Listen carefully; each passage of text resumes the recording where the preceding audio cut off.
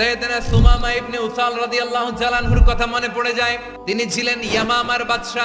মদিনাতে বিশ্বনবীকে হত্যা করার নিয়তে এসেছিলেন। গোপনে গোপনে বিশ্বনবীকে হত্যা করে আবার ইয়ামামাতে তিনি ফিরে যাবেন। হত্যার নিয়তে আসলেন, কিন্তু হত্যা করতে পারলেন না। সাহাবারা ওনাকে ধরে ফেললেন, ধরে মসজিদে নববীর পিলারের মধ্যে বেঁধে রাখলেন। তো বিষ্ণু ইসলাম সাহাবাদেরকে বললেন, তার খোঁজ খবর নিও। তোমরা যে রুটি বানাও এর মধ্যে সবচেয়ে ভালো আটার রুটিটা তারে দিও, সবচেয়ে রিফাইন্ড খেজুর যেটা পিওর খেজুর এটা তারে দিও। আর বিশ্বনবী নিজের উট থেকে দুধ দহন করে ওনার বাড়ির এক কর্মচারীকে বলেছেন দুধ দহন করে সুমামার জন্য নিয়ে যে। সুবহানাল্লাহ পড়বেন না? সবাই তো অবাক, ইয়ামামা থেকে আসছে নবীকে হত্যা করতে, বিশ্বনবী দেখে তারে জামাই আদর করে। সাহাবার বলেন, ইয়া রাসূলুল্লাহ, আপনাকে হত্যা করতে এসেছে, তার তো কঠিন ক্যাপিটাল পানিশমেন্ট হওয়া দরকার, কঠিন শাস্তি হওয়া দরকার। বিশ্বনবী বললেন, না, আমি যেটা জানি তোমরা সেটা জানো না। বিশ্বনবী সুমামার কাছে গেলেন। প্রথম দিন যে তিনি কালেমার দাওয়াত দিলেন, ঈমানের দাওয়াত দিলেন, ইসলামের দাওয়াত দিলেন।